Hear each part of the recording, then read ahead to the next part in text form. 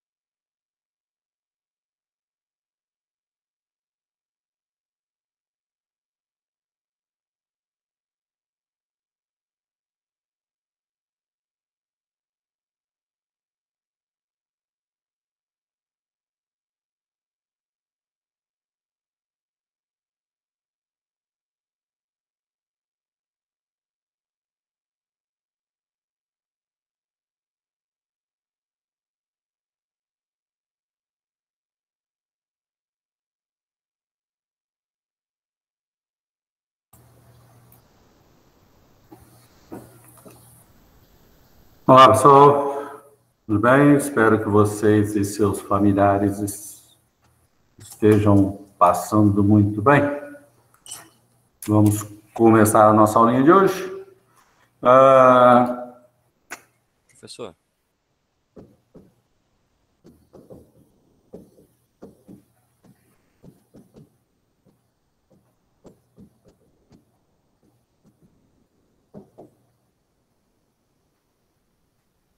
A nossa aula de hoje é sobre volumetria de complexação. Nós vimos até agora volumetria de neutralização, que é aquela que é baseada em reações ácido-base, onde fizemos uma curva de titulação, onde fizemos os cálculos mostrando, por exemplo, quando é HCl com NOH de 1:1, ácido acético com NOH 1:1, ácido fosfórico que pode ser de 1:1, 1:2. Depois, nas últimas aulas, nós vimos a diferença entre normalidade e mol por litro, que a maior preocupação é aquele valor de X, que tem a ver com o equivalente grama, e para os ácidos é H+, para a base é OH-, para reações de oxidação é o número de elétrons, para sais é a carga do íon, ou positivo ou negativo. Depois vimos volumetria de precipitação, onde a principal é a técnica da argentimetria, onde nós temos o método de Mohr, que é um método direto, que usa o cromato como indicador, e o método indireto, o método Vollar, que usa uma solução de ferro 3 como indicador para a solução de tiocianeto, forma-se um complexo vermelho. Essa é baseada em reações de precipitação. Por isso, quando eu for estudar o equilíbrio, ou seja, fazer a curva de titulação, eu vou precisar sempre de saber o KPS do sal formado. Agora, nós vamos para uma outra técnica, que é a chamada volumetria de complexação. Como o próprio nome diz, a reação é baseada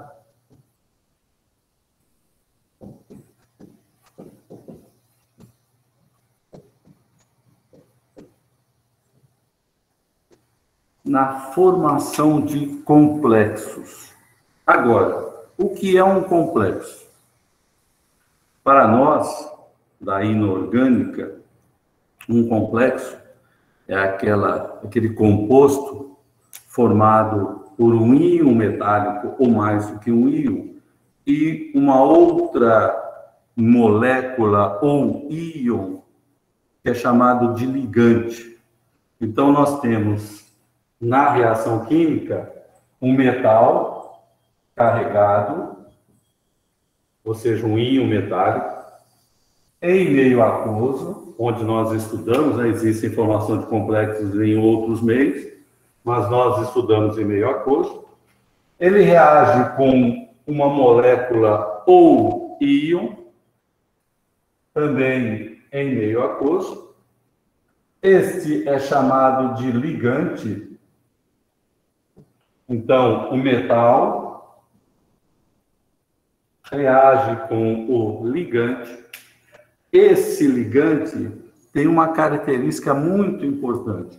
Esse ligante, ele tem um par de elétrons disponíveis para fazer a reação com o metal ou com o centro metálico. Então, o ligante nada mais é do que uma base de Lewis. Você deve ter estudado na química orgânica, ou vai estudar. Uma base de Lewis é aquela que tem um par de elétrons disponíveis para fazer uma ligação do tipo covalente coordenada. Então, aquilo que você viu no ensino médio, que um metal com um não metal não faz ligação covalente, não era bem verdade, não. O metal, ele pode fazer sim uma ligação covalente com o não metal, com uma ligação coordenada, covalente do tipo coordenado. Antigamente nós chamávamos de dativa, hoje não se fala mais dativa, não. Hoje em dia se fala ligação covalente coordenada. Então, o ligante que pode ser uma molécula, por exemplo, o NH3, ou um íon, por exemplo, Cl-, faz uma ligação covalente coordenada com o metal, formando o que nós chamamos de complexo.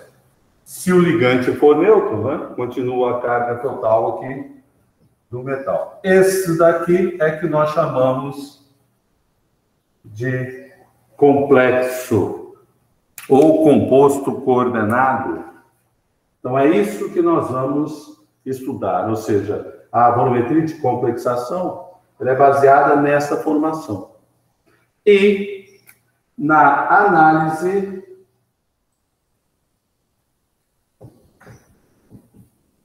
de metais.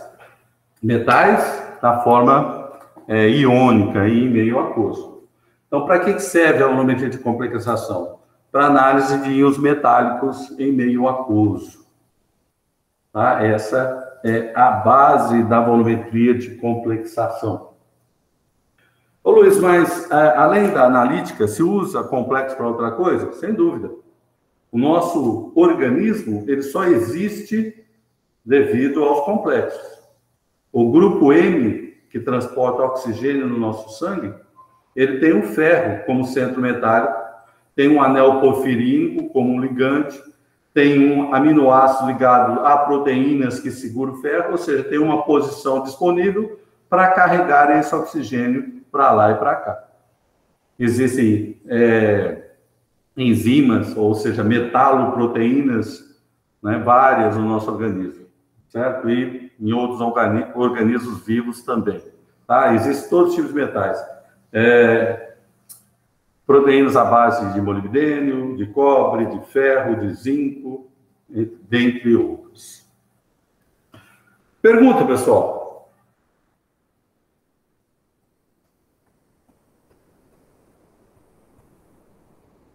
Professor, você falou que essa volumetria é para a gente identificar metal, né? É, para analisar metais. Isso. A análise, tá bom. Obrigada. Não, para identificar, não, para analisar. Professor. Lógico, né, que qualitativamente, se você consegue quantificar, você também consegue identificar. Então, por exemplo, na nossa prática, quando vocês voltarem, ou quando nós fizermos, nós vamos fazer análise de magnésio em leite de magnésia, usando exatamente essa técnica. Então, o magnésio pode analisar cálcio no leite, dentre outras, né, situações. Professor. Oi. E se o ligante não for neutro, o que acontece com essa carga final do complexo? Sim, então, por exemplo, eu tenho o N+. Vamos supor que ele reaja com quatro cloretos, né? E um cloreto. Então, você vai montar um complexo com a carga final, vai ser N+, mais 4-. Então, o que acontece? O composto final é sempre neutro. Agora, nós temos situações que eu chamo de complexos carregados positivamente ou complexos catiônicos, que o complexo ele é positivo, só que ele tem o que nós chamamos de contraíons que neutralizam. Então, por exemplo, aqui, ó, se o meu metal aqui for 2+, por exemplo, então aqui, ó, eu vou ter um complexo que vai ter uma carga negativa, 2 negativo. Esse é o complexo onde tem o ligante ligado ao metal. Só que não existe complexo negativo na natureza, ou seja, não existe composto positivo ou negativo na natureza. Então, para neutralizar essa carga, por exemplo, eu coloco 2 potássios aqui, ó. Então, o meu complexo, aqui falta o 4, né? Ele é negativo, mas o meu composto ele é neutro. Então, nós temos compostos, né, que nós podemos utilizar, que quando você for sintetizar ou quando você for adquirir comercialmente, ele vem na forma neutra. Só que a parte do complexo, ou seja, do metal, ele pode ser carregado positivamente, negativamente ou até neutro. O complexo mais conhecido na área da saúde é a cisplatina.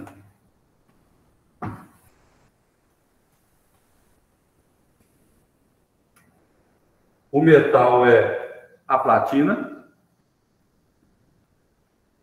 Tenho 2 cloros ligados à platina de um lado e 2 grupos amina do outro. Essa é a cisplatina. Foi o primeiro composto anti-câncer, antitumoral, fabricado usando metal, e o mais importante de todos. Então, a base dele, e ele tem efeito contra vários tipos de câncer, depois foram começando a substituir esses grupos N ou esses grupos cloreto, e hoje em dia existe N derivados da cisplatina. Então, esse é o complexo mais conhecido. O mais importante é, essas ligações aqui são do tipo covalentes, estão presos ao metal. Esse cloro aqui, essa parte do cloro, ela reage com o EDTA, então a platina, ela interage com o EDTA, com o DNA. Isso faz com que a replicação das células seja alterada. Então, esse metal, ela interage com as bases nitrogenadas do nosso DNA. Então, se você for no seu mestrado ou no seu doutorado trabalhar com enzimas ou metaloproteínas, você vai ter que dar uma aprofundada nessas interações metálicas. Que na maioria das vezes é exatamente no centro metálico que acontece, ou que é o centro ativo, né, onde acontece alguma interação para transformação de moléculas.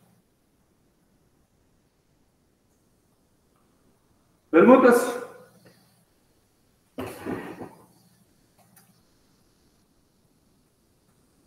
Então, vamos lá.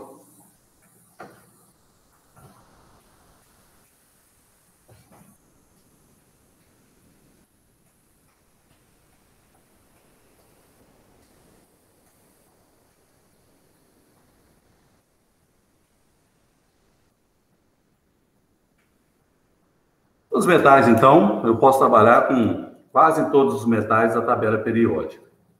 Mas dos ligantes, para a análise, o que nós estamos estudando, né, química analítica, o mais utilizado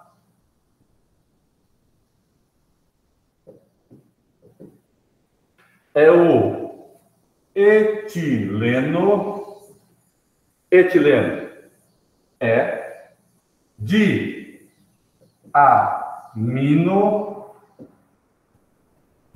do D, tetraacético,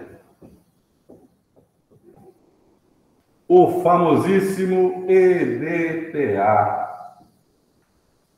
Esse é o ligante mais utilizado na área de análise. É utilizado para outras coisas também, para estabilização de alimentos, de medicamentos, entre outras coisas. Mas para análise, esse é o mais utilizado. O etileno diamino tetraacético. Olha a formulinha dele, ó. Dietileno. Etileno, diete, né? 2 carbonos. Diamino, diamino. 2 nitrogênios. Tetra, 4. Acético.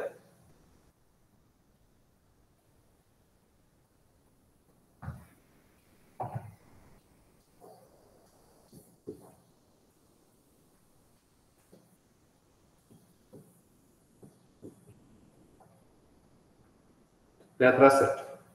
Então, essa é a molécula do DNA. Tá? O que o DNA tem de tão importante? Por que ele funciona tão bem, né, como ligante? O nitrogênio, ele tem pares de elétrons disponíveis, ou seja, para fazer aquela ligação com o centro metálico. Os grupos hidroxila também têm pares de elétrons disponíveis. Ou seja, o EDTA, ele consegue fazer seis ligações covalentes coordenadas com o centro metálico.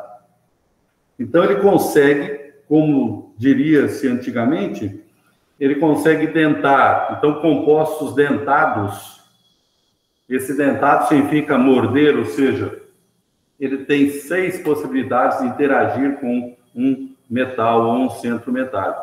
Isso torna o composto metal EDTA muito estável. Então, por isso que o EDTA ele é tão utilizado, devido a essas 6 possibilidades de interação com o centro metálico. Se você observar o EDTA, você vai perceber que ele tem 4 grupos ácidos. Tem 4 grupos ácidos. Então, agora, olha, presta bastante atenção. Como ele tem 4 grupos ácidos, e eu não vou ficar escrevendo toda hora isso daqui, a maioria dos livros faz o quê? Simplifica usando o Y maiúsculo. Então, toda vez que você lê Y, significa que está trabalhando com EDTA. Olha aqui, ó, 1, 2, 3, 4 hidrogênios. Então, olha como é que eu vou escrever, ó, H4Y. O que significa isso, então?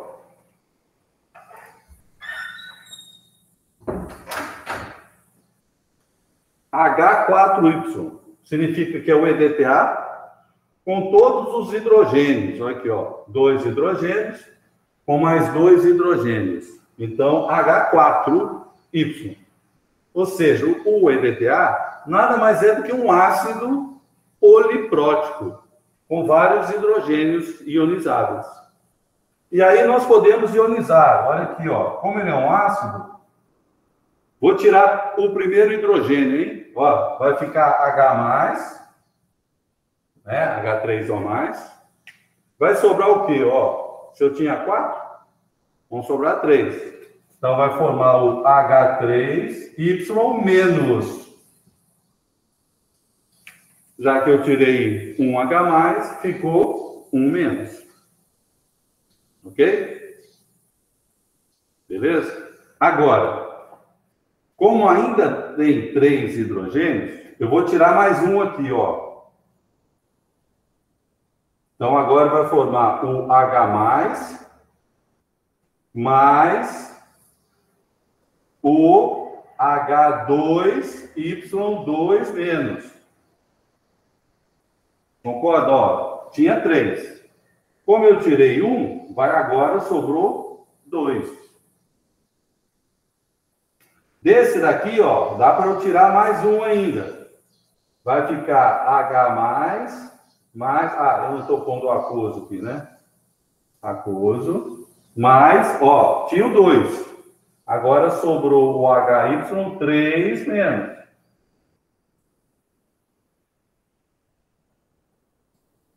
Vou tirar desse daqui agora, ó. Desse daqui que eu vou tirar. Vai ficar o H+, mais Y4 menos. Ou seja, ele pode ter um equilíbrio, K1. Pode ter 2 equilíbrios, K2. Pode ter 3 equilíbrios, K3. Pode ter 4 equilíbrios, K4. Então, o EDTA, ele é um ácido fraco. Só que em vez de Ka, eu estou chamando de K1, K2, porque são várias constantes de ionização. Então, ele pode quebrar uma vez, pode quebrar 2 vezes, pode quebrar 3 vezes e pode quebrar 4 vezes. Ele tem 4 constantes de ionização. 4 constantes de ionização. O que significa isso na prática? que, como tem H+ envolvido em todas as ionizações dele, significa que o pH da solução que eu vou trabalhar influencia demais em qual forma o EDTA vai estar. Então, por exemplo, se o meu meio for muito ácido, o que significa muito ácido? Significa que tem muito H+. E nós sabemos que, lei de equilíbrio, quando no produto tem muito H+, o equilíbrio é sempre deslocado para o reagente. Então, em meio muito ácido, a forma que vai ficar em maior quantidade é o H4Y-. Já, ao contrário, se o meio for muito básico, ou seja, eu estiver tirando hidrogênio, o Y4- vai ser a forma que vai estar em maior quantidade. E dependendo do pH do meio, se ele nem for tão ácido e nem tão básico, ou seja, aqui nesse meio, pode ficar essas formas também, né? Ou esta forma, ou esta forma, ou esta forma. Ou seja, quando você for fazer uma análise, isso aí você vai ver aqui no nosso laboratório, quando você for analisar alguma coisa usando o EDTA, você vai ter que se preocupar muito com o pH do meio. Ou seja, nós vamos precisar tamponar o meio. Perguntas, pessoal? Professor, você pode repetir essa última parte, por favor? Sim. Então, olha aqui. Está vendo que tem vários H+ aqui envolvidos no processo? O que significa eu tirar esse H+ aqui? Ó? Quando eu tiro o H+, eu desloco daqui para lá. Então, diminui essa quantidade e aumenta essa quantidade. Se eu tirar esse daqui, é a mesma coisa. Desloca daqui para cá. Se eu tirar esse daqui, desloca daqui para lá. Se eu tirar esse daqui, desloca daqui para lá. Ou seja, em meio básico, eu estou tirando H+. Quando eu tiro H+, essa forma aqui é que vai estar em maior quantidade, porque eu estou deslocando todos os equilíbrios para aquele lado. Agora, se está muito ácido, ou seja, tem muito H+, eu estou trazendo de volta, ou seja, eu estou colocando, o equilíbrio desloca para cá. Então, se tiver muito ácido, essa daqui é a forma que vai estar em maior quantidade. Se tiver muito básico, é essa forma aqui que vai estar em maior quantidade. E dependendo do pH do meio, pode estar essas outras aqui situações. Então, o EDTA, ele é um ácido, e como ele é um ácido fraco, ele pode variar nas suas formas, dependendo do pH da solução.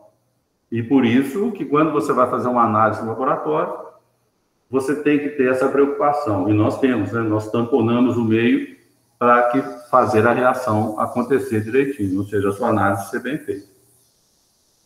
Entendi, obrigada. Ok?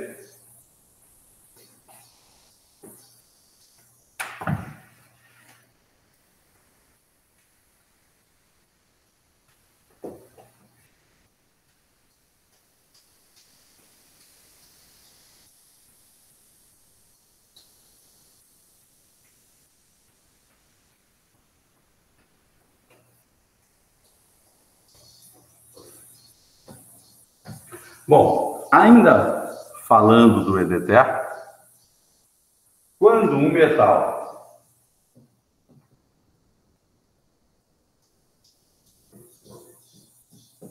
reage com o EDTA, ou seja, com o ligante, nós acabamos de ver que forma-se um complexo, metal-EDTA.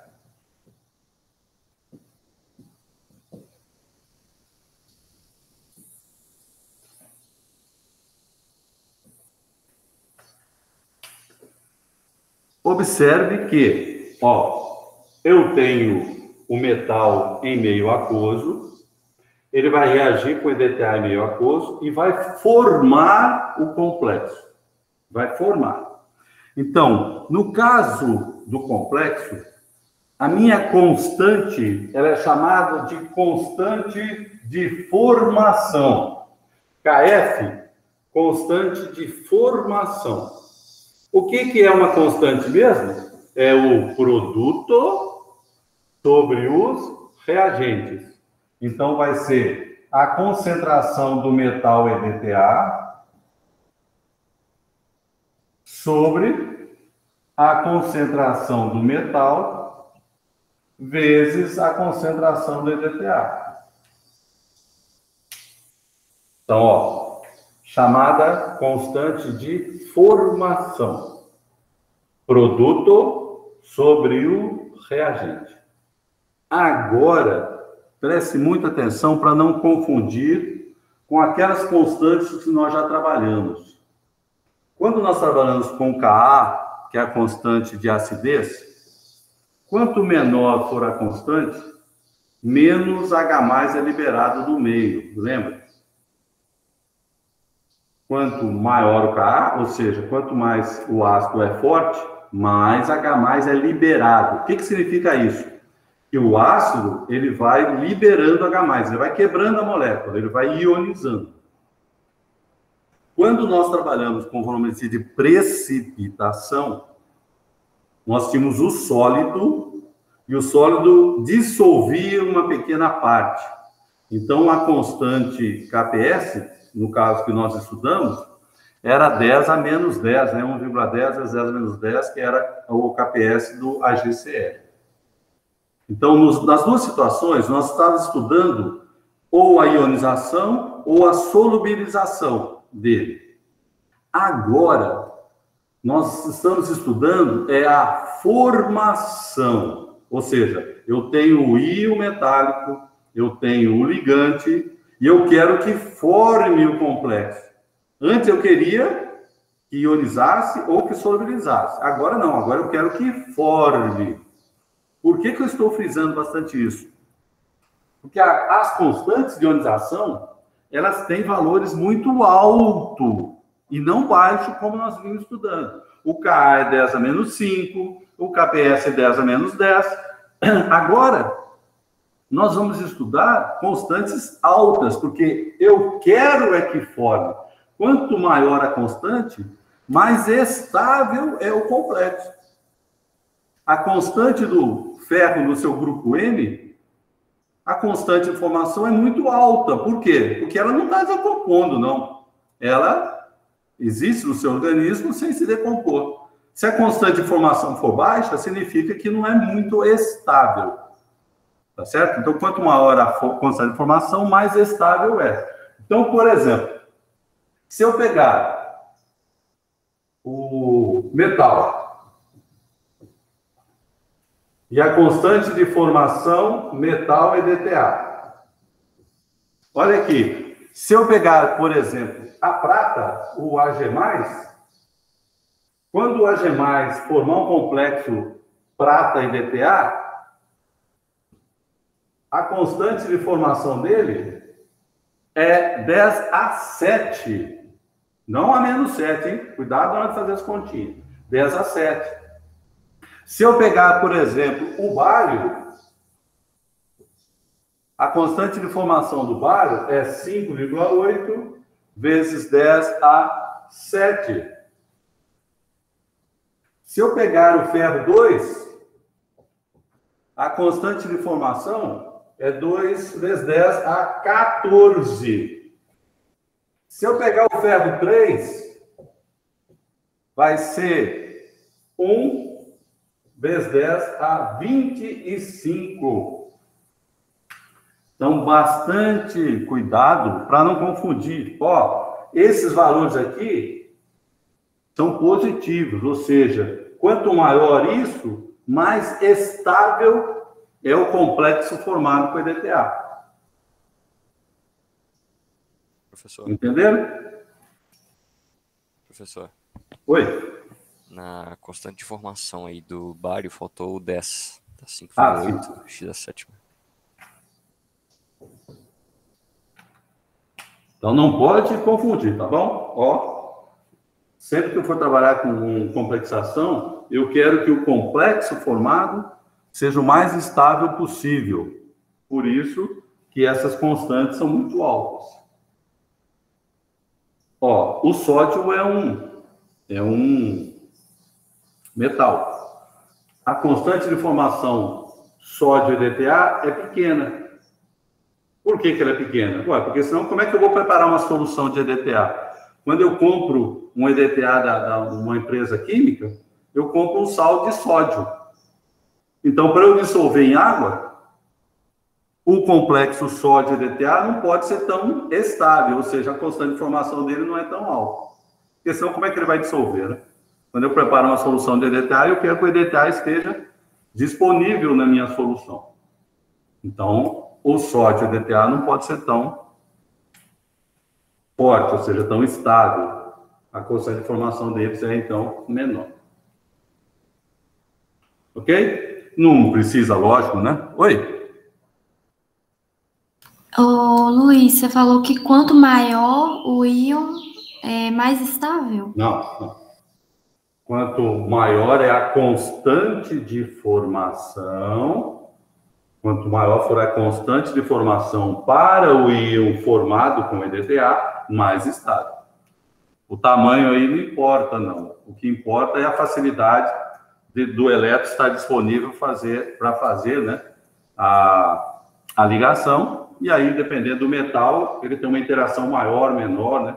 Tem as geometrias que facilitam ou não, tem os grupos que atrapalham, né? Isso é bem mais... Tem mais outras informações, né, para ser levadas em conta.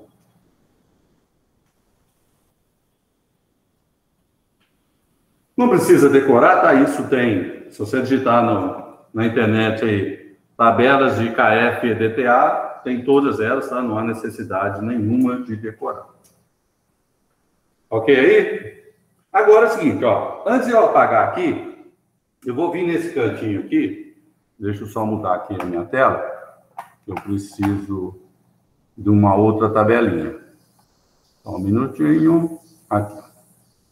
Então, eu falei para vocês que... o EDTA é um ácido fraco. Se ele é um ácido fraco, dependendo do pH da solução, ele vai ter um comportamento, ou seja, vai ter mais forma com 2 negativo, mais com forma 3 negativo, mais com forma de 1 negativo, ou 4 negativo, né? Y4 menos, vai depender do pH. Como isso deve ser levado em consideração, é possível calcular o que nós chamamos de fator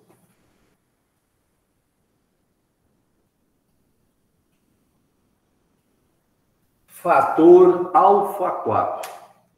Então, para que serve esse alfa 4, ou seja, esse fator alfa 4? Esse fator alfa 4, ele serve para corrigir a constante de formação em função do pH que você utiliza. Por exemplo, isso é tabelado também, tá? Então não precisa decorar. Se você for trabalhar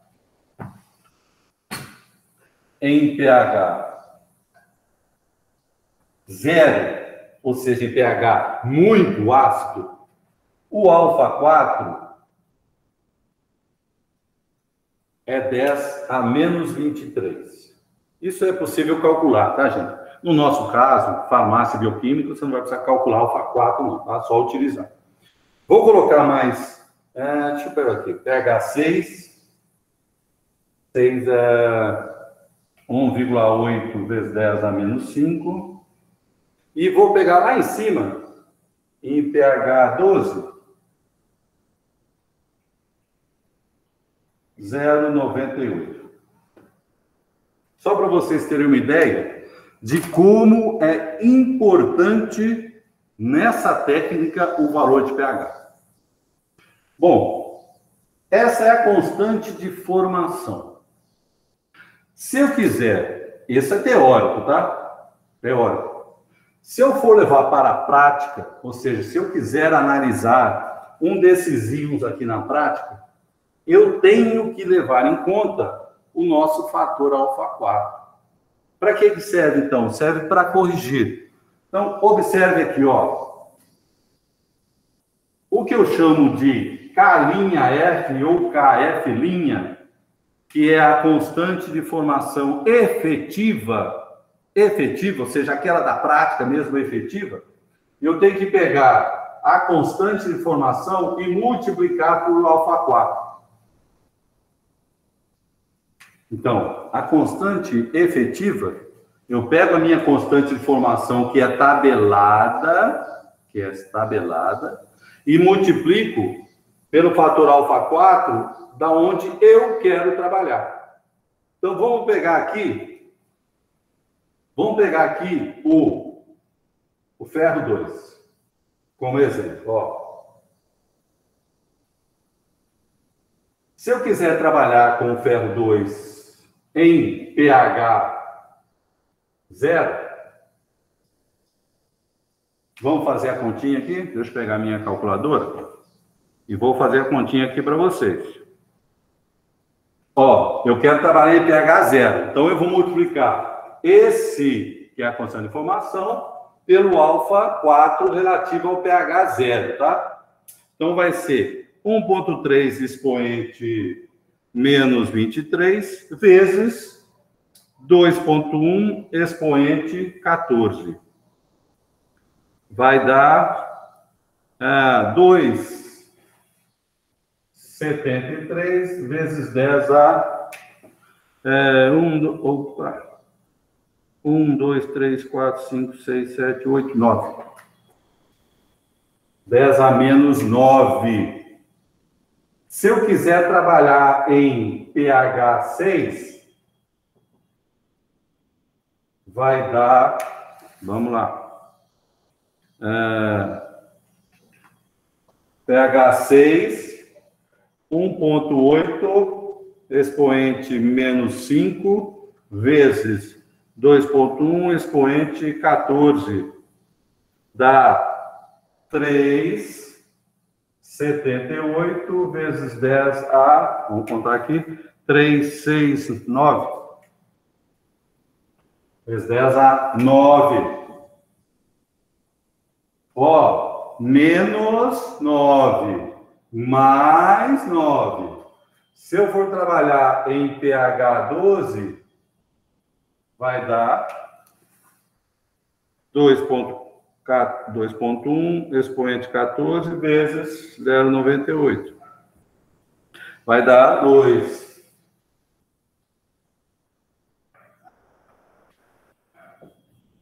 Vezes 10 a 14.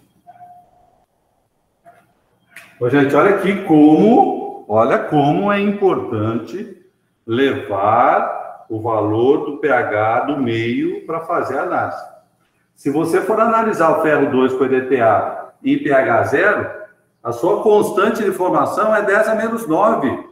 Significa que não vai formar complexo.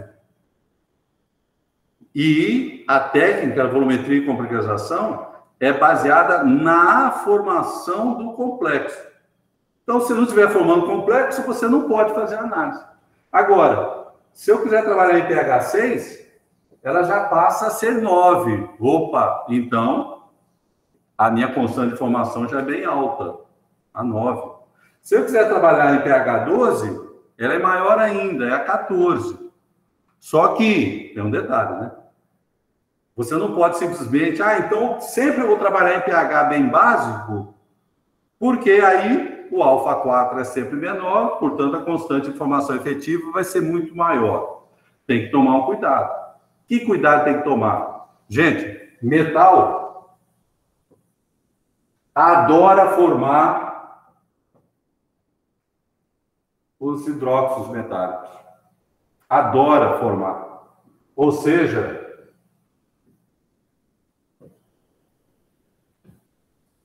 uma boa parte dos hidróxidos são insolúveis. Então, não é simplesmente aumentar o pH porque o alfa 4 é menor, portanto, a constante de formação vai ser maior. Não, calma aí, não é bem assim, não.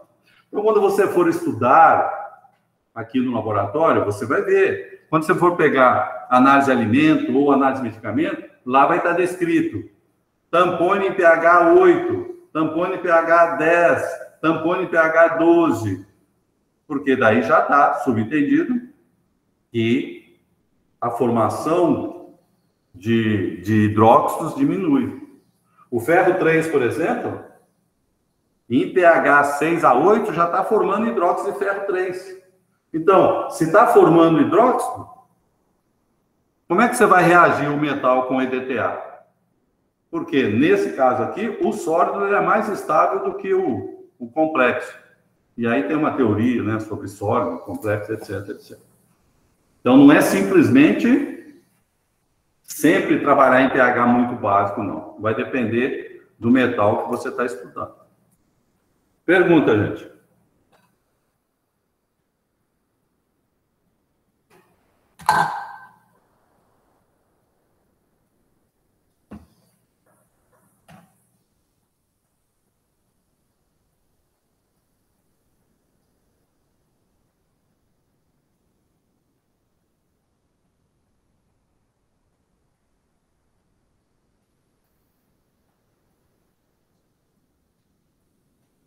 Daqui a pouco, lógico, né? Nós vamos fazer cálculos usando aí o alfa 4. Aqui é só para você entender, primeiro, então, que o EDTA, ele é um ácido fraco, poliprótico, ou seja, né? Tem várias constantes envolvidas, portanto, o pH da solução é muito importante, e aí que entra o alfa 4, que são valores tabelados,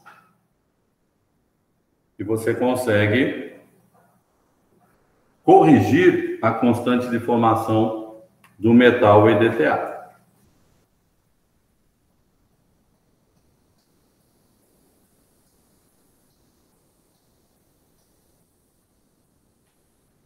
Ok? Podemos continuar?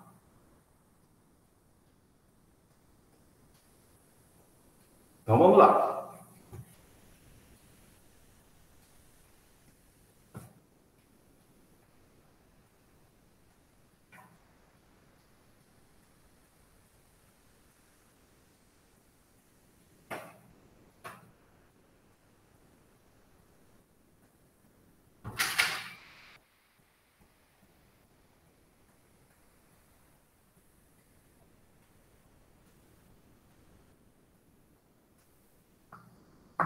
Se tiver alguma dúvida, eu faço favor de perguntar, tá bom? Agora nós vamos à nossa famosíssima curva de titulação.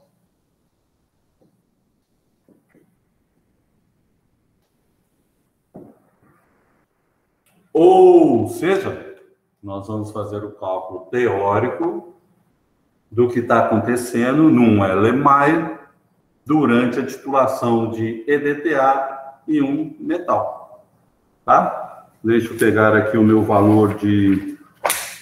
Está no livro aqui, espera aí. Complexometria. Vamos ver aqui.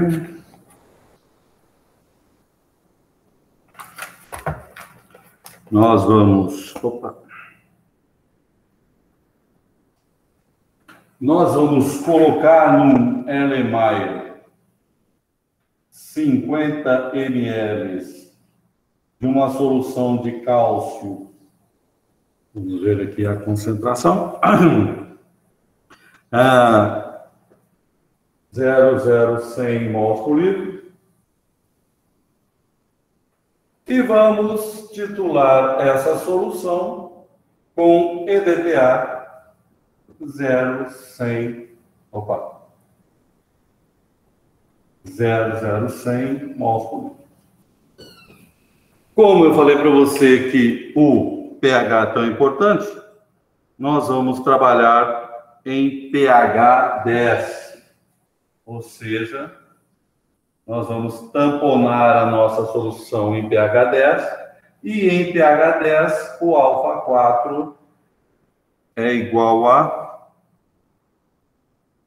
3.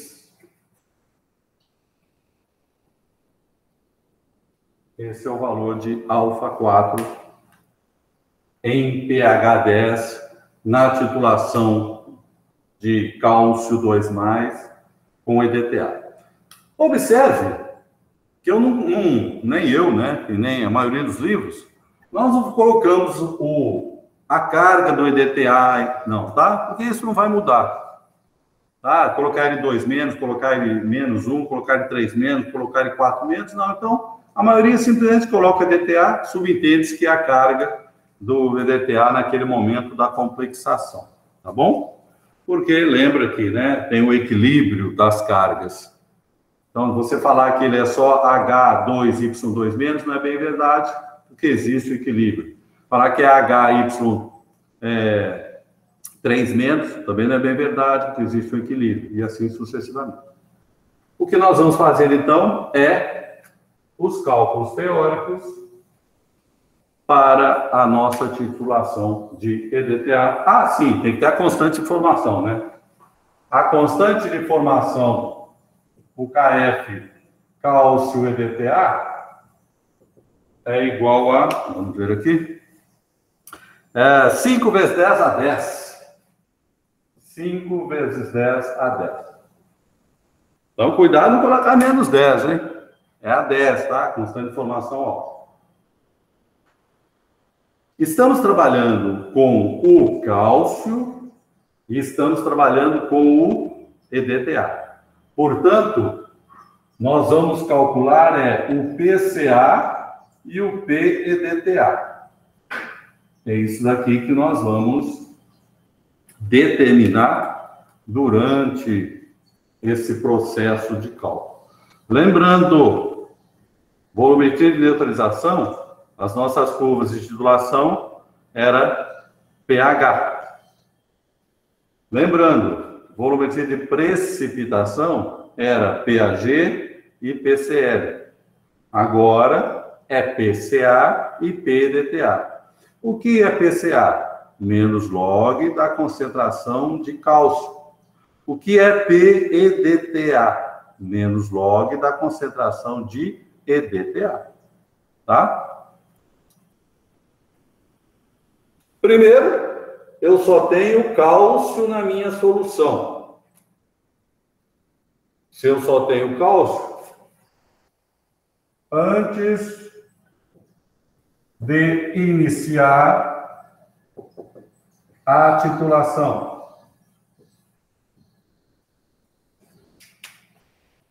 eu só tenho cálcio. Então, se a minha concentração de cálcio é igual a 0,0100, eu consigo determinar o valor de PCA direto. Quanto que dá aí? Quanto que dá o PCA?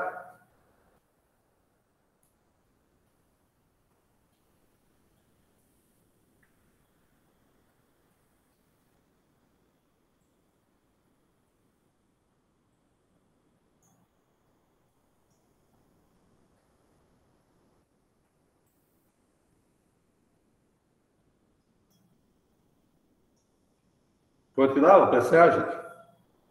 A Maria Fernanda disse no chat 2, professor. 2? Todo mundo achou 2 aí?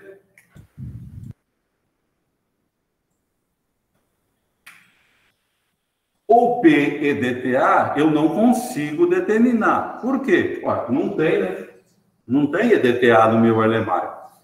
Então, o PEDTA não tem jeito de calcular, não. O PEDTA não tem jeito de calcular, não.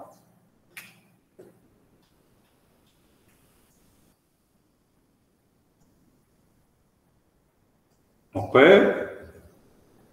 Então, muito parecido, né, com os anteriores, muito parecidos com o anterior. Alguma dúvida aqui? Então, o EDTA, desculpa, o cálcio, a concentração é dada, o EDTA não tem EDTA na solução, portanto, não é possível calcular o EDTA.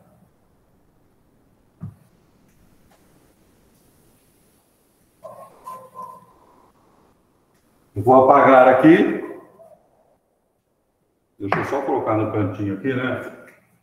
as informações. O alfa 4, 3,5 vezes 10 a menos 3.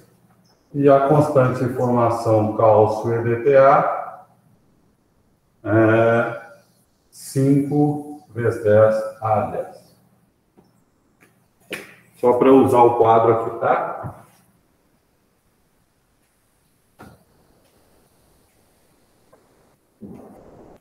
Agora,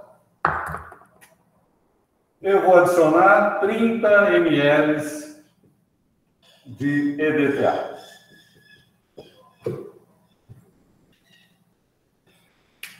Bom, de novo, hein? Já fizemos 2 vezes. Vamos fazer a 3ª vez. Qual é a primeira coisa que eu faço? Determinar a quantidade do que eu tenho na solução. Então, de cálcio, eu tenho a concentração 0,0100 e o volume 50. De EDTA, a concentração é 0,0100 e o volume que eu quero colocar é 30.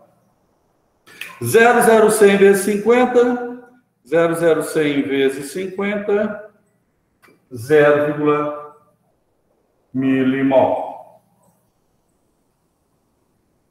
0,300 milimol. Então, sempre, né, gente? Ó, a primeira coisa que eu faço é determinar qual é a quantidade de cada um dos reagentes que está na solução. Agora vamos para a reação. Olha a reação. Cálcio mais EDTA. Uma seta só, né? Aqui é reação. Não é aquela reação em equilíbrio, não. Formou o cálcio EDTA.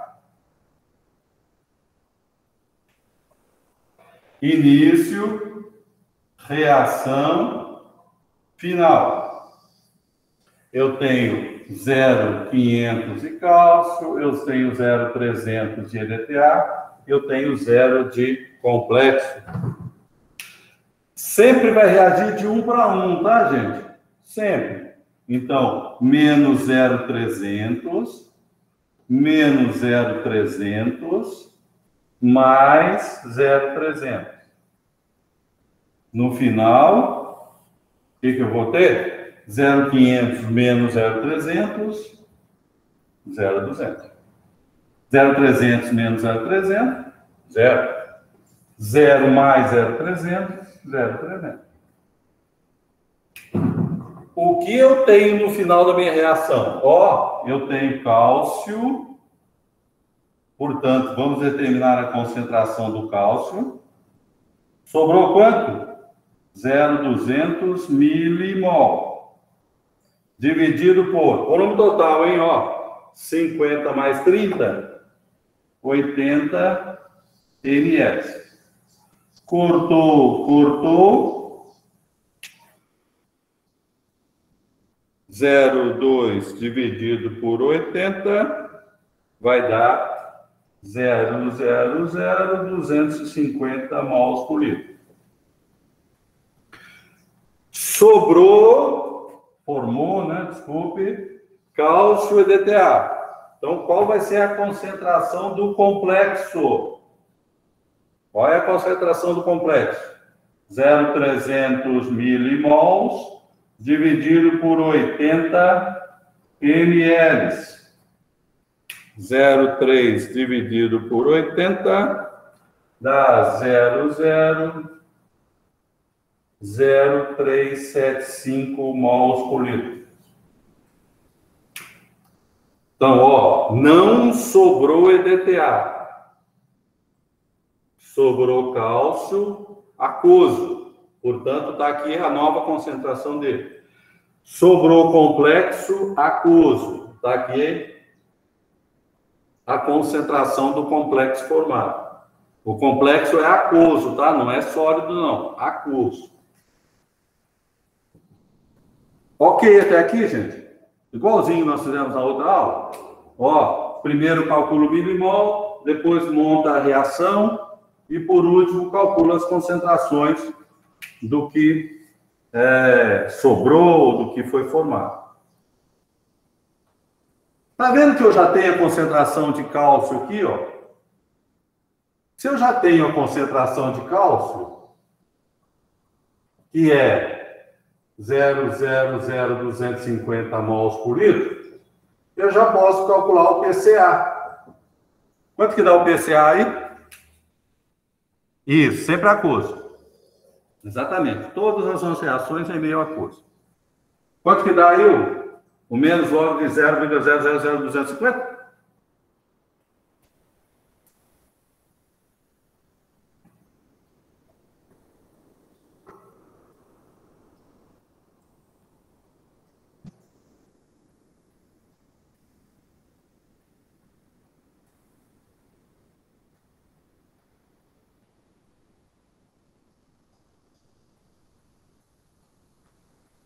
Dois ponto seis. Então, 2,60. Agora, olha o raciocínio, hein, gente? Isso daí você já viu da aula passada. Presta atenção. O que que eu tenho no final? No final eu tenho cálcio, tenho. Calculei o PCA. No final eu não tenho EDTA. Como eu vou calcular o EDTA? Qual é a única fonte que eu tenho de EDTA? O próprio complexo. Então agora eu vou estudar o equilíbrio do complexo. Só que tem uma coisa muito importante que você não pode confundir. Quando eu estudo complexo, eu estou estudando a formação do complexo. Então a minha reação, gente, olha aqui, ó, é Ca2+, mais EDTA, em equilíbrio com o Ca e EDTA.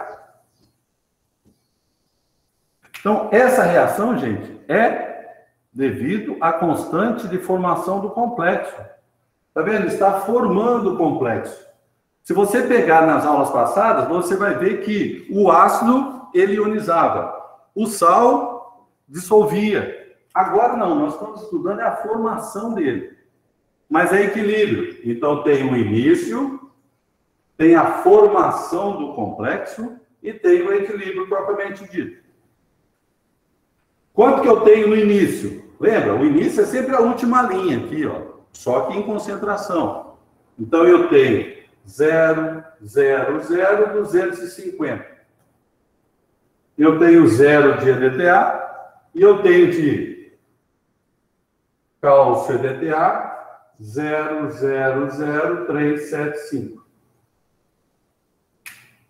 Muito parecido com o outro, só que o outro eu estava ionizando ou dissolvendo. Agora eu estou formando. E aí, gente, presta muita atenção. Tem 0 aqui, não tem? Então, eu posso colocar negativo desse lado? 0 menos x? Não pode, porque senão vai faltar, em vez de estar sobrando, vai estar formando. Então, nesse caso, gente, olha onde eu coloco, ó. Menos x aqui. Mais x aqui. E mais x aqui. Ou seja, eu estou estudando como a única fonte de EDTA que eu tenho é o complexo, ele está liberando um pouco de EDTA. Por isso que é menos aqui e mais aqui. Se eu colocar menos aqui, gente, como é que vai ser 0 menos x? Vai dar menos x. Como é que vai ter a concentração negativa, né? Então, não pode. Então, no final, ó, eu tinha 0,00375 menos o que decompôs, o que foi para lá. 0 mais x eu tenho x. E de cálcio, 0,00250 mais x. Então, você vai comparar isso aqui com das aulas anteriores, você vai ver que sempre eu punho menos x desse lado e punho mais x do outro. Agora está ao contrário, porque é a formação do complexo que eu estou estudando. Vamos à constante. Olha aqui, ó. Eu quero a constante efetiva. O que é a constante efetiva? É a constante de formação vezes o alfa4. Então, vamos lá. A constante é essa aqui, né? Ó. 5 vezes 10 a 10. Vezes o alfa 4, 3,5 vezes 10 a menos 3. O que é o produto mesmo? Produto é o cálcio EDTA. O que é o reagente? O cálcio vezes o EDTA.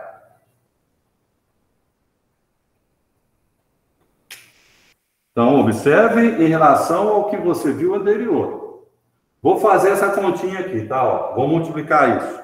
Então, vamos lá. Dá 5 expoente 10 vezes 3,5 expoente menos 3. Essa continha aqui, ó, dá 1,75 vezes 10 a 3, 6, 7, 8. A oitava. Agora, olha o que eu vou substituir aqui, gente. Ó, igual. Qual é a concentração de complexo no equilíbrio? Ó, 0,00375 menos x. Esse é o complexo. Qual que é a concentração de cálcio no equilíbrio? Ó o cálcio no equilíbrio. 0,00250 mais x. Qual que é a concentração de EDTA no equilíbrio? Ó, EDTA no equilíbrio, x. Nós vamos fazer aquela suposição, né? Aqui um parênteses, tá, gente? Se você fez atividade e não escreveu corretamente a suposição, você vai ver que eu risquei e você não ganhou ponto, tá? E desde o início eu escrevi uma vez completo e sempre coloco assim, geralmente no meu quadro não cabe, ou eu falo, gente, tem que escrever completo. Se você não escreveu completo, você vai perceber, né? Eu já mandei uma correção, estou te mandando outra hoje, acho. Então você vai ver. Se você não escreveu completo isso, você deixou de ganhar ponto, tá? Ok? Bom, essa suposição significa que eu vou sumir com esse x e vou sumir com esse x. Olha o que eu vou fazer, gente. Ó, vou passar esse x para lá e vou passar esse número para cá. Então, vai ficar x, que é igual à concentração do EDTA, vai ser 0,00375 dividido por 0,00250 vezes 1,75 vezes 10 a 8. Faz essa conta para mim aí, por favor. 0,00375 dividido por 0,00250 vezes 1,75 vezes 10 a 8.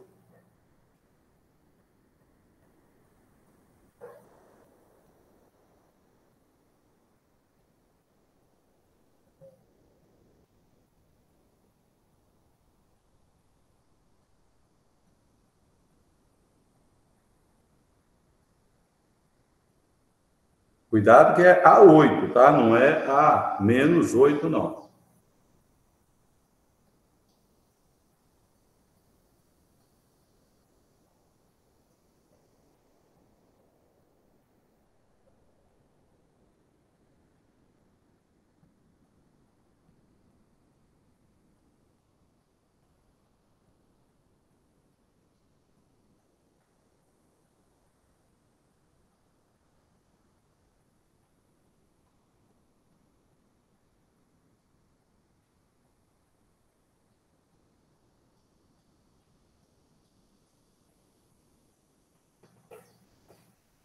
Oito, 57, vezes 10 a menos 9. Bateu aí, gente?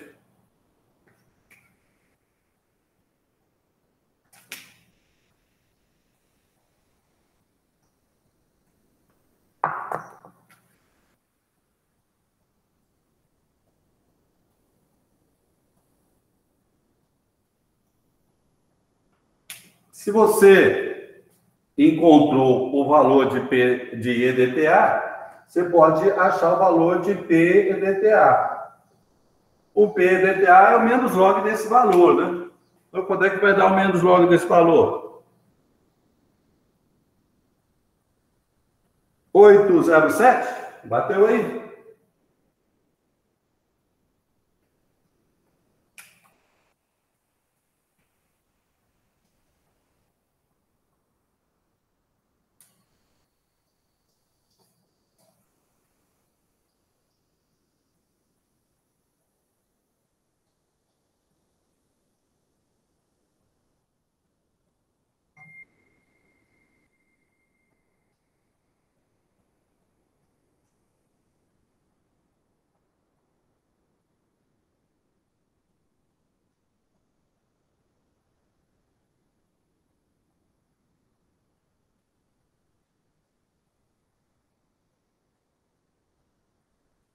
Conseguiram achar o 857 vezes 10 menos 9.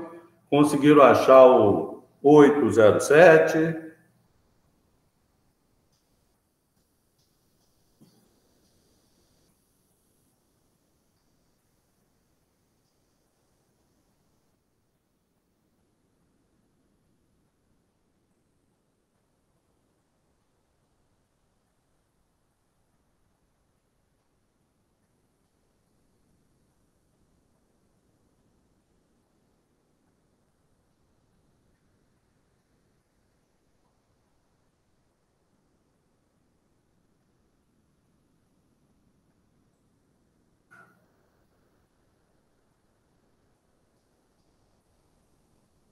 Pergunta, gente.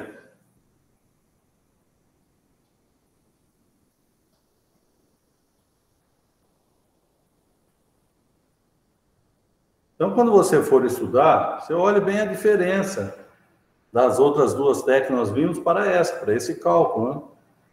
Uma estava ionizando, a outra estava solubilizando, e essa tem aquele menos X mais X de diferente lá.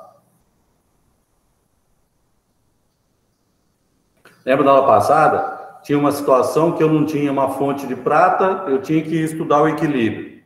Depois, ponto de... Antes do ponto de valência, eu não tinha fonte de cloreto para achar o PCl, eu tinha que montar o equilíbrio para achar a concentração de cloreto. Depois do ponto de equivalência, eu não tinha fonte de prata para calcular direto, então eu tinha que usar o precipitado para ter a prata para conseguir determinar o PAG. Agora, antes do ponto de equivalência, eu tenho o cálcio, calculo o PCA direto e preciso montar o equilíbrio para achar o P e DTA. Adivinha o que vai acontecer depois do ponto de equivalência, né? Eu não vou ter mais o PCA, vou ter direto o P e DTA e vou ter que calcular o PCA a partir do equilíbrio. Mas vamos fazer aqui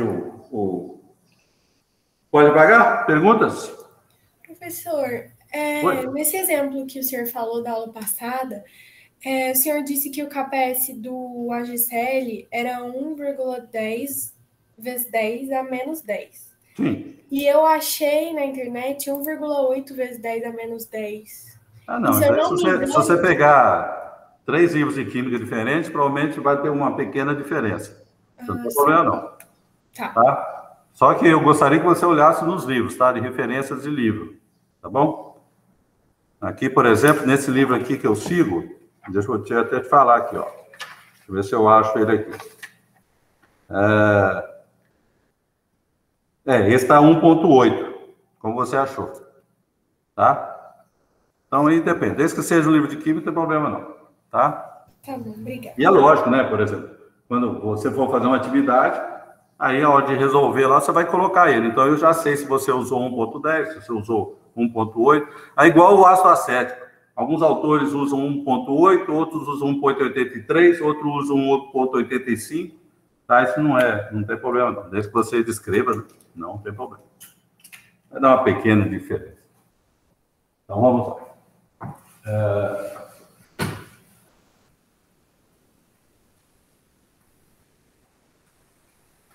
Você já sabe, né, que você já chegou à universidade, que alguns conteúdos você precisa decorar, né? No caso lá das biologia da vida, das bioquímica da vida, né? Da citologia, da microbiologia, farmacologia, etc, etc.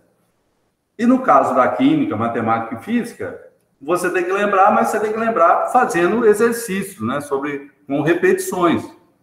Por isso que nós já fizemos 2 vezes, estamos fazendo outra, e a outra até que também nós vamos fazer coisa muito parecida. O que muda é exatamente o equilíbrio.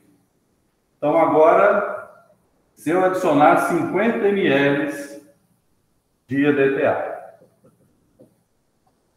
Então, o raciocínio, muito parecido. Calcula o milimol, então vai ser 100 vezes 50, isso dá 0,5 milimol. O EDTA agora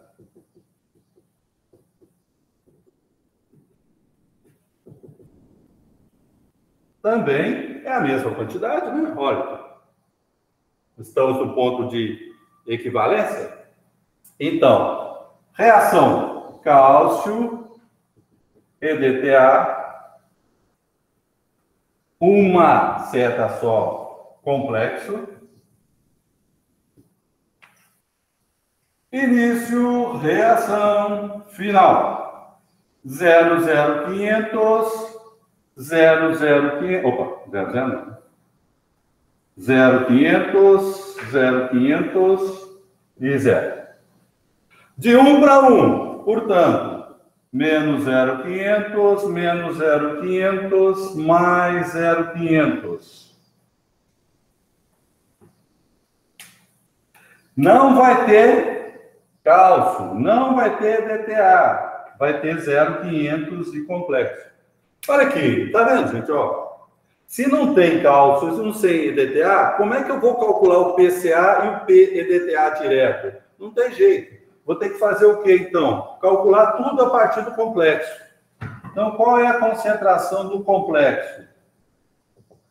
0,500 milimol, dividido por 50 mais 50, 100 ml. Cortou, cortou. 0,5 dividido por 100, 0,00500 mols por litro. Mesmo esqueminha, né, gente? Olha aqui, ó. O raciocínio é muito parecido. Vou ter o cálcio mais EDTA, só que agora eu estou estudando o equilíbrio, né? Ó. Cálcio e EDTA.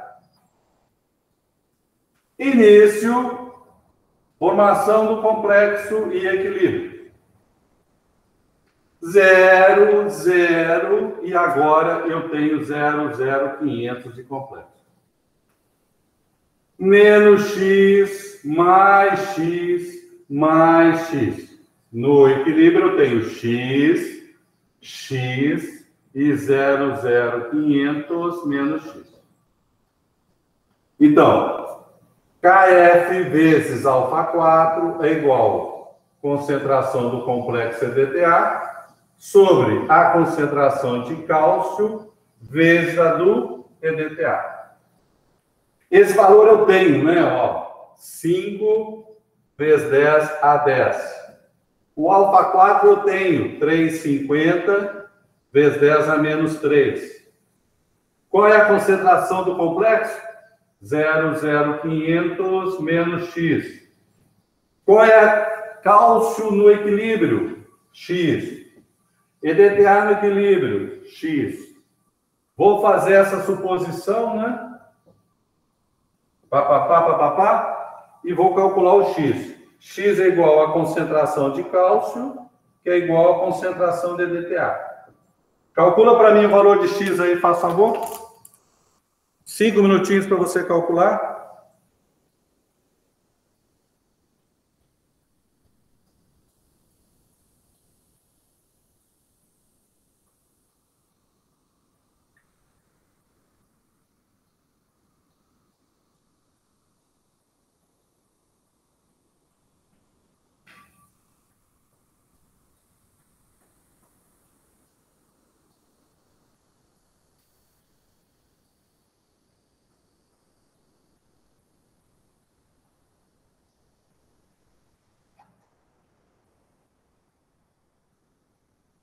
Calcula com calma, já que agora não tem fonte de cálcio, a única fonte de cálcio, a única fonte de EDTA é o complexo.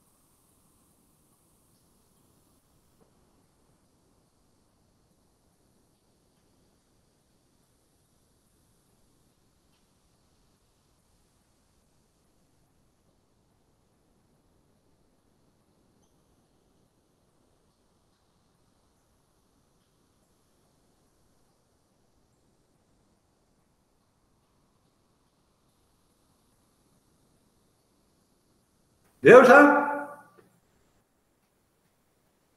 Então, ó, x é x, x ao quadrado. Passo para lá, pego isso tudo, trago para cá.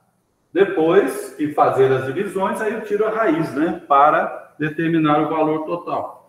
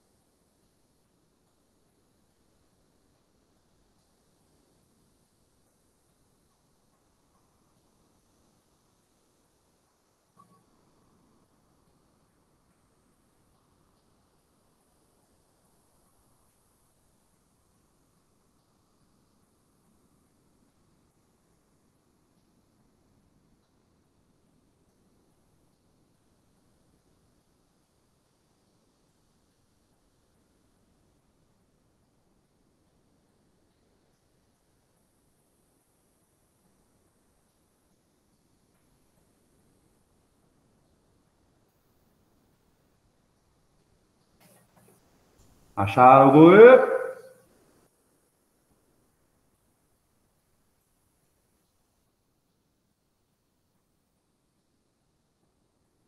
Deixa eu fazer aqui para vocês conferirem, então.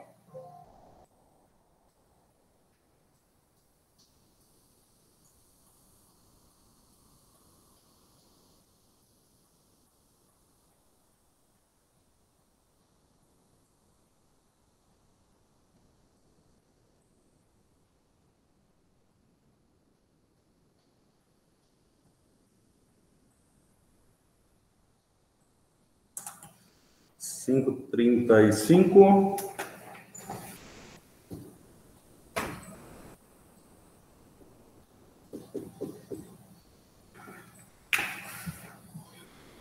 1, 2, 3, 4, 5, 6.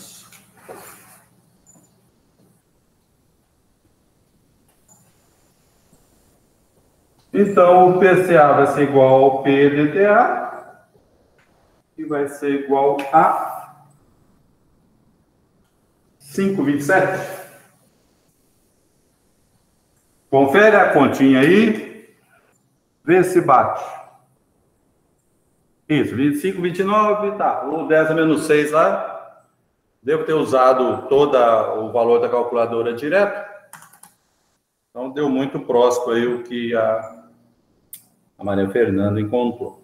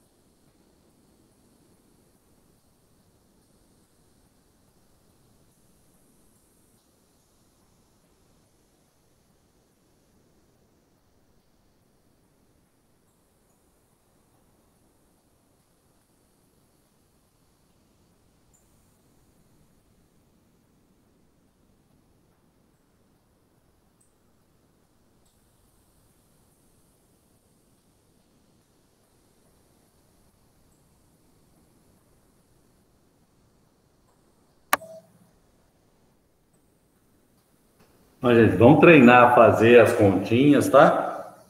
Para quando nós voltarmos o presencial aqui, não vai esquecer de como usar a calculadora direto, não, né? Por favor. Tá? Então, tá sempre utilizando, fazendo contas para não errar.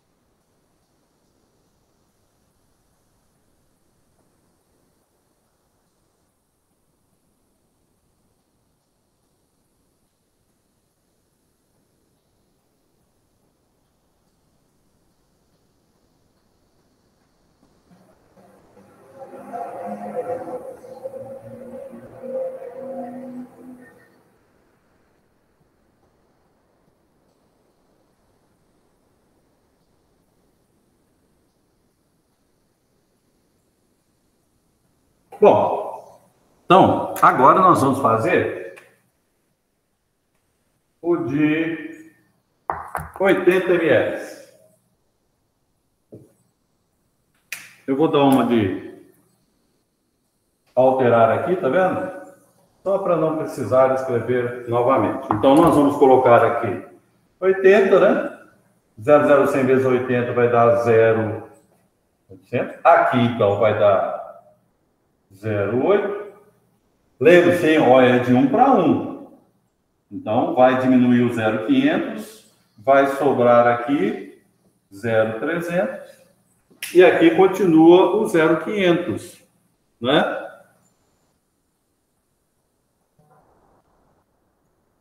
Ok?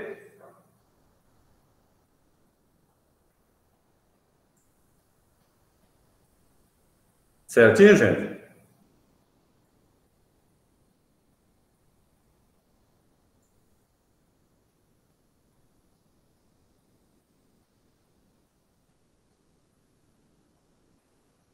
Tá? Então, ó. Cuidado, né? Que o limitante agora é o cálcio EDTA. Então, continua menos 0,500, menos 0,500 e mais 0,500. Agora, o que eu vou ter? Eu vou ter sobrando o EDTA, que vai ser 0,300 milimols dividido por 50 mais 80, 130 ml. E vou ter o complexo, né? O complexo é o 0,500 milimols dividido por 130 ml. Deixa eu fazer a continha aqui. Vamos lá fazer a continha. 0,3 dividido por 130. 0,230 mols por litro. 0,5 dividido por 130. 0,00384 mols por litro. 0,85. Ok? Conferiu aí? O que vocês acham? Bateu aí certinho a conta? Sim. Olha. Então, ó. Agora vamos desse lado aqui, hein? O que mudou em relação ao ponto de equivalência é que agora eu tenho um excesso de DTA. Eu tenho 0,00230. E a concentração agora do cálcio EDTA, ou seja, do complexo,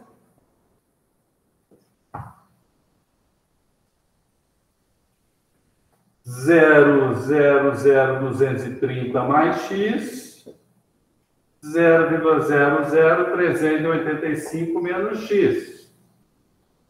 Substituindo aqui na nossa formulinha, concentração de complexo 0,00385 menos X, concentração de cálcio no equilíbrio X, concentração de EDTA no equilíbrio 0,00230 mais X. Vamos fazer a suposição e agora o X é a concentração de cálcio. Porque o EDTA nós podemos calcular, né? Ó, se eu tenho concentração do EDTA, eu consigo calcular o P-EDTA direto. Calcula o X para mim aí, gente, faz favor.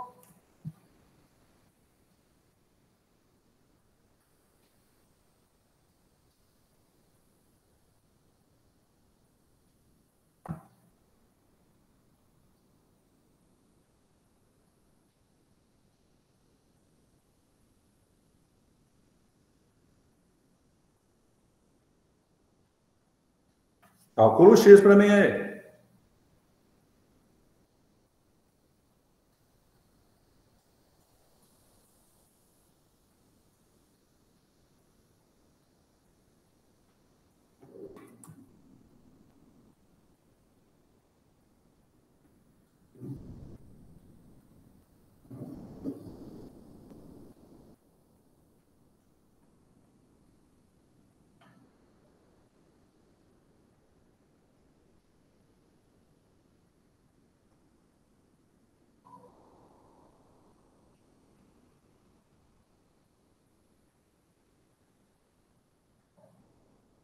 Agora você passa o X para lá, pega essa multiplicação e passa aqui para baixo.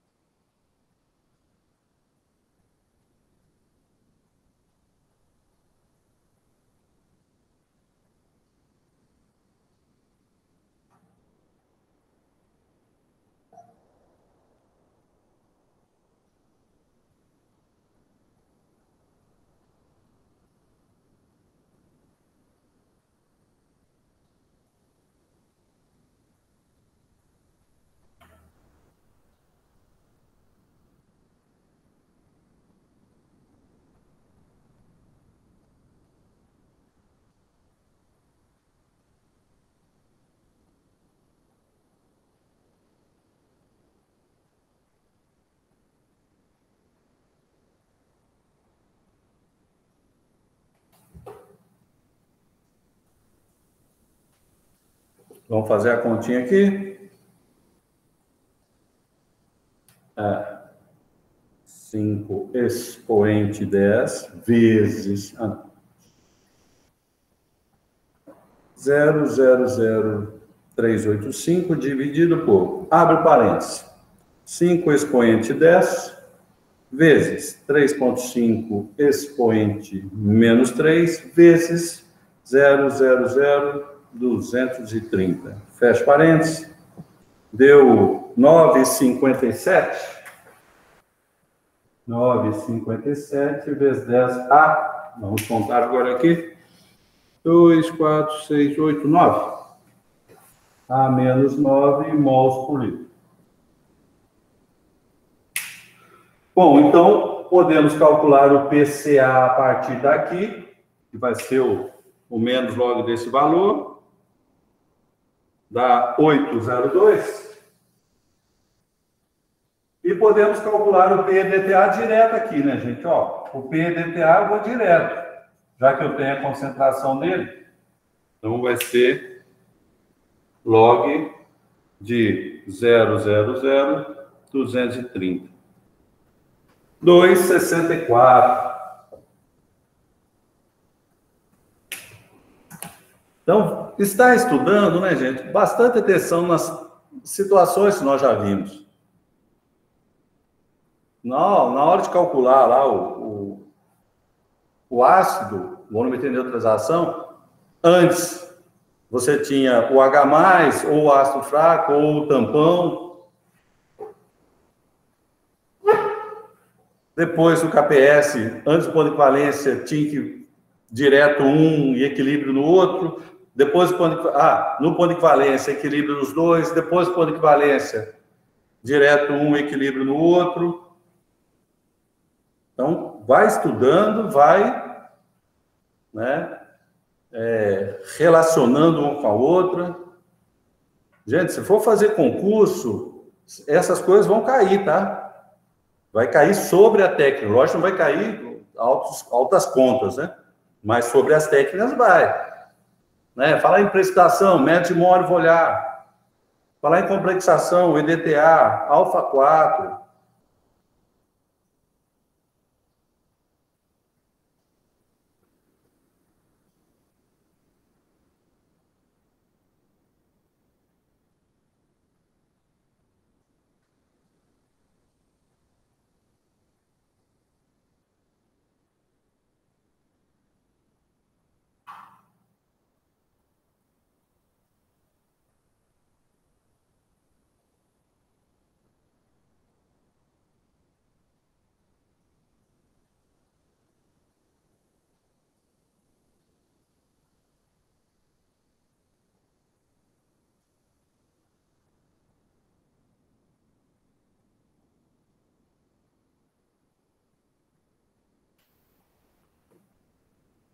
Como chegou... aqui, ó.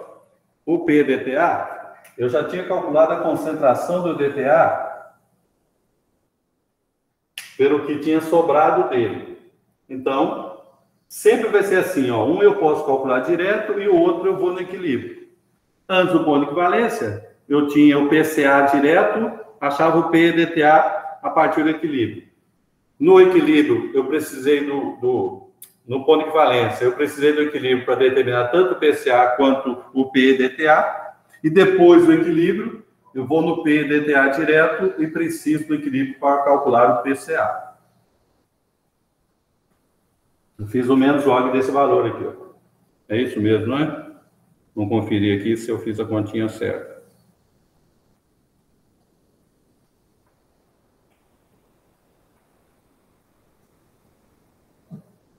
Isso, 2,64, isso mesmo.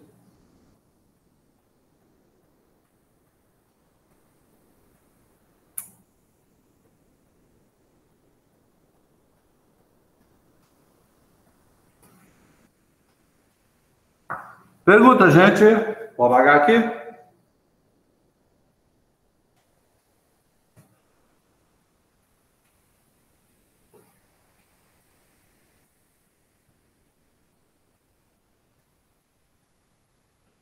Bom, Por que nós estamos fazendo tudo isso mesmo, né, gente? Para fazer a curva de titulação. Então, a nossa curva de titulação, o volume de EDTA em ml, e aqui o valor de PCA e o valor de PDTA.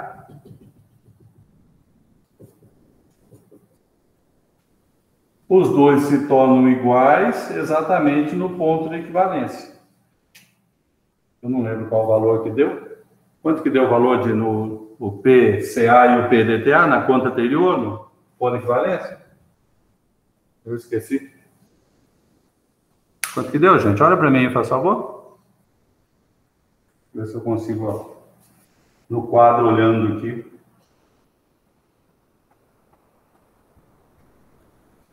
5,9, isso? 5,27. Então, de novo, né, gente?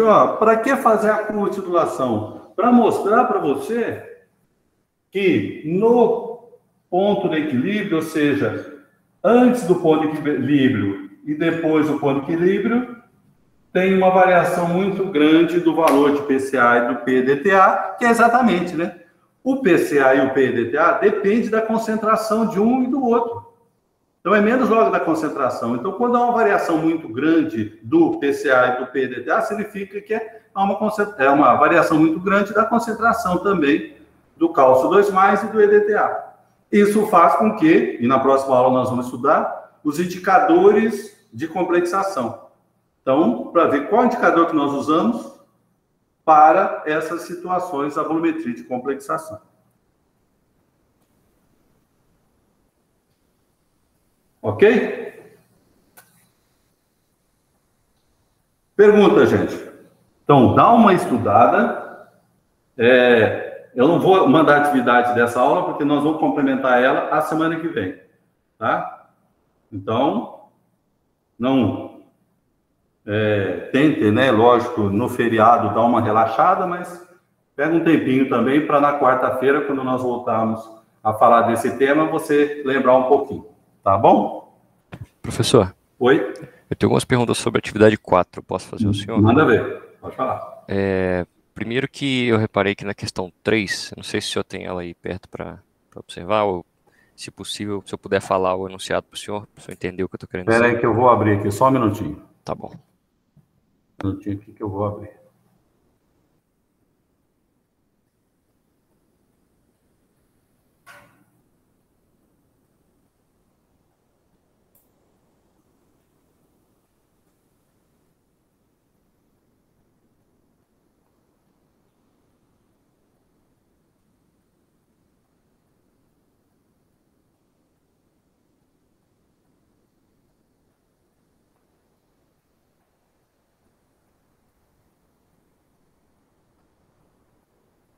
Só um minutinho, atividade 4. Atividade 4. Sim, qual que é? Na questão 3... questão 3. Uma amostra de cloreto, 20 ml, foi titulada utilizando 25 ml de AgNO3, X mols por litro. Quais os valores da concentração em mols por litro e o teor, peso por volume do cloreto de sódio na amostra? Sim, qual a dúvida? Então, eu queria saber como eu encontro o teor, peso, volume do cloreto de sódio, porque o senhor ensinou a gente encontrar o teor do cloreto. Sim, é só estequiometria. O cloreto está para o cloreto de sódio, aí só transforma a massa em estequiometria. Tá, na questão 4, aí tem a questão da porcentagem peso-peso e a micrograma por grama. Eu não sei como eu faço isso. Peso-peso, em vez de volume, você vai trabalhar com a massa da amostra como 100%. E microgramas por grama.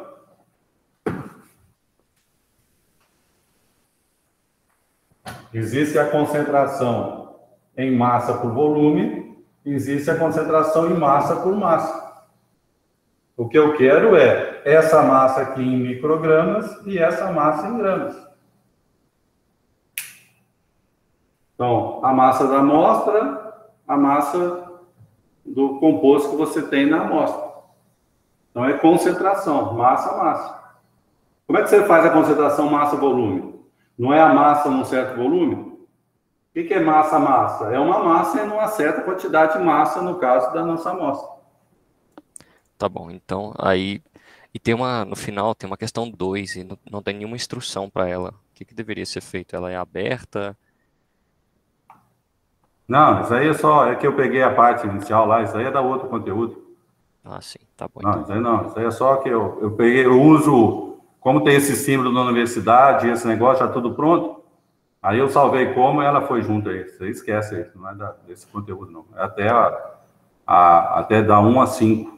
E essas de 1 a 5, elas são todas só resposta, então? Vamos ver aqui. Ô, Jovem, você está com ela aberta aí? Sim, senhor. Então, olha o que está escrito. No final da 1 aí, o que está escrito? No final da 1? Na primeira página. Uma correção. Na segunda. Uma correção. Terceira. Uma correção. E a quarta? 2 correções. E a quinta? 2 correções. Então, qual que vai ser corrigido 2 vezes? Não, eu quis dizer se são abertas no sentido de eu devo enviar a resolução. Não, para ter 2 correções, como é que foi feito nas outras lá?